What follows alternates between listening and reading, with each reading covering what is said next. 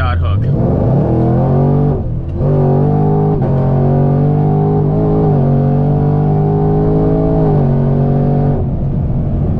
Holy crap, I did not want to hook.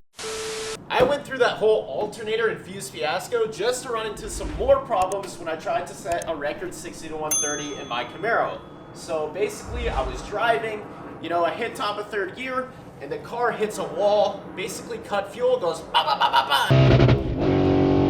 Hits the limiter several times and the car stopped pulling. So that was super disappointing.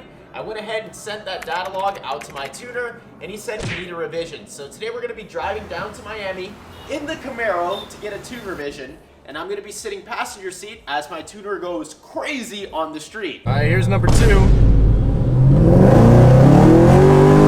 Whoa! So let's get on the way. We're gonna need a remote start from the beast before we go. It's about to be super loud. Yes, sir! Woo!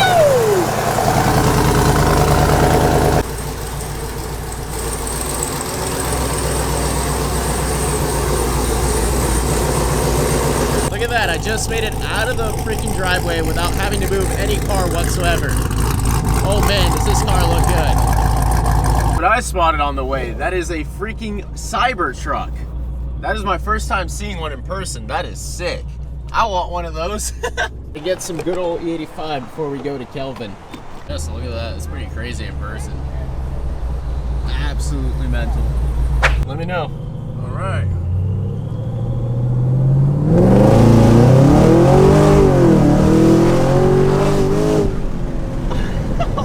Did you even go all the way down? I feel like you did not go all the way down. I let off a little bit. Yeah. All right, here's number 2. Whoa! Oh my god! Oh my god! How fast was that? I don't even know. 7,000 RPM almost. Kelvin didn't even really pin the throttle, and I went first. Like, I drove first. I didn't film it because I didn't set up all the cameras and everything, and I didn't know how he wanted to be with like the filming. You know, some people aren't too comfortable with it, but he was like, I don't care, when I finally asked him. So we didn't record that, right?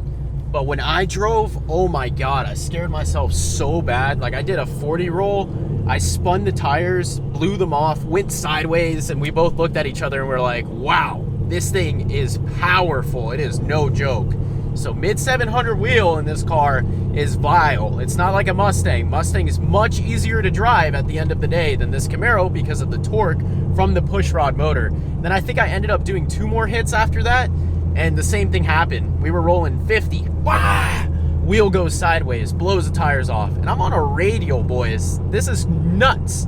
But then you saw him drive. We were still skating all over the road, going side to side, and he just let off like I did. But man, this Camaro is running perfectly now, and it is making some steam. He said I should run at lowest a 10-1 at this power level on a stock stall converter. Just to show you all that I'm not capping about this thing being on a tire. I really wish I would have filmed more of the interaction with Kelvin because he's a cool guy. But, you know, it's kind of hard to do that when you're a little bit iffy as to if you want to film or not. So I got to bring somebody with me, and they just sit in the back seat and record us talking, because he was explaining a lot of tuning things to me and explaining why the car runs the way it does and why certain things work the way it does. Like when the inlet air temps reach a certain temp, how much timing is pulled out, etc. I'm really gonna have to take my time and learn this power level because it is vile. Much, much more violent.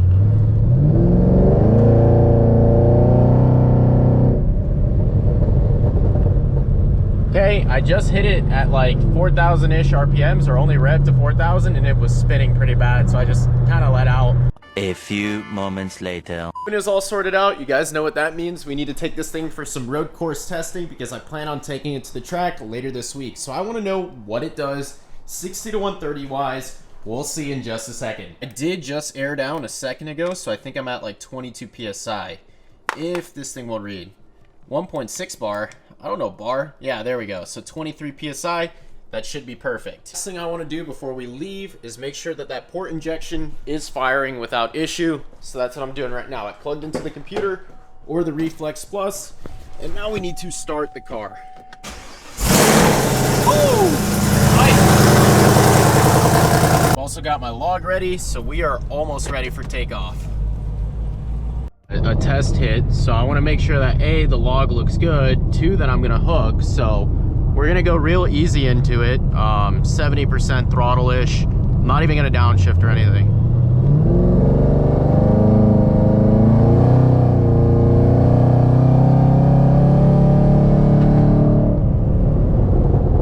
So I'll take a look at that log and then I'll decide if that's good. Now the car is freaking fast. Like, that was 40% throttle and I was already flying to 80 mile an hour. So when I hit it, this thing's gonna take off like a mother. What I'm looking for here is just to make sure that it didn't detonate.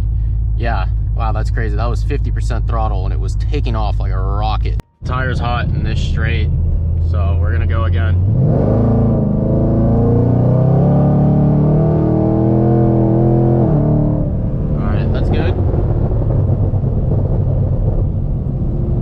Pretty hot. Aggie doesn't want to record, so I guess we're just gonna have to do with the time slip, and hopefully we have enough room to actually make it, but I guess I'll do it here.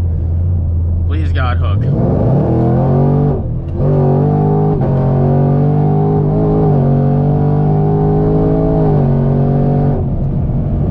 Holy crap, I did not want to hook. And that was a 6.4 and I let off multiple times. It spun so bad off the hit. Holy crap, this is a 5-second car. As you all probably saw within the GoPro video, this thing is a rowdy, unruly, and uncontrollable Camaro. Right off the hit, and I think I hit it at 55-ish, it just spun. So I let off one time, and then it spun again, so I let off for a total of 2 times, and this car still ran a 6.6 60 to 130. So I think if we hooked, we'd have a solid 5. Maybe a 5.9, maybe a 5.8. I don't know, but this thing is spicy and it feels fast. Much faster than the Mustang at 790 wheel horsepower. I don't know if that's because of the torque feeling, but what I'm gonna do is go ahead and send off that data log. If the tuner says, you know what, everything looks good, go ahead and do another hit. Then we'll do another hit and try to hit a 5 tomorrow during some warmer weather, because tomorrow, I think it's ending this little cold weather streak we're having in South Florida, and I can finally hook. I'd like to add that if we line Sally up with this car right now on the old Whipple setup, this car would win probably by a little bit, maybe half a car or a full car length.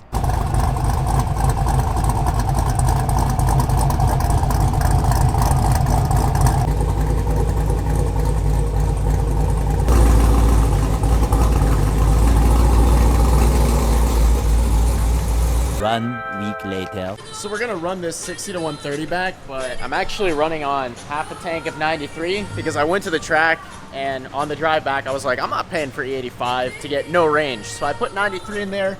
Now I'm mixing in E85. We'll see the ethanol content in just a second with the sensor. At about E40 and it keeps going up. I think it'll go up to like E50 and end, but we'll see how the car feels. Test and see if it even hooks off the 60 right now.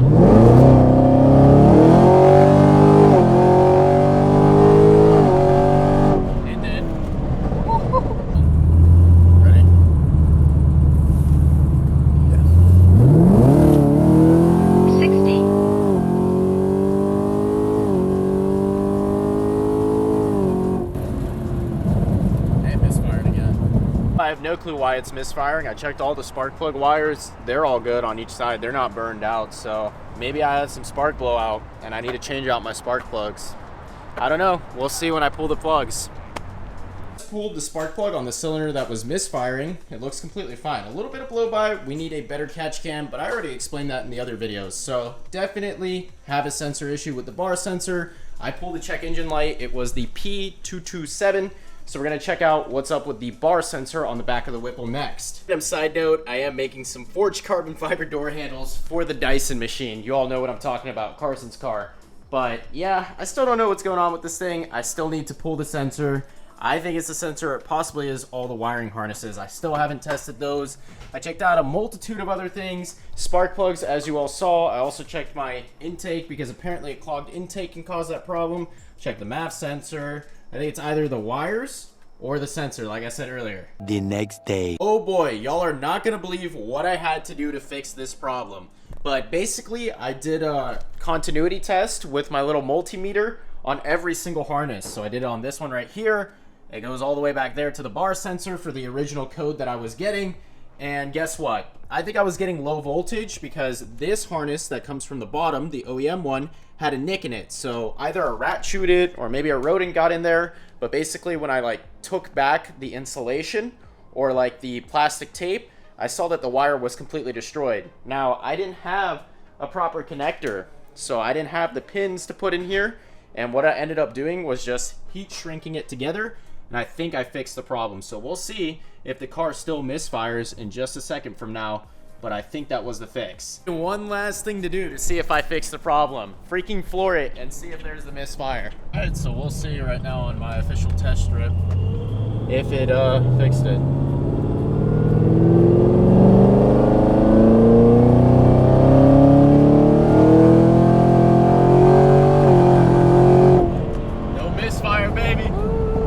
Well, it seems that I celebrated just the slightest bit too early because I still have the misfire issue. So like the second I put the camera down after doing that pull, we did another one, Carson and I, and we revved out really high and went around 130 in Mexico. The second I hit 130, the car misfired again. So I already compression tested the car off of camera. I did it for TikTok. It was completely fine. Every cylinder was within 5% of each other, all normal compression numbers.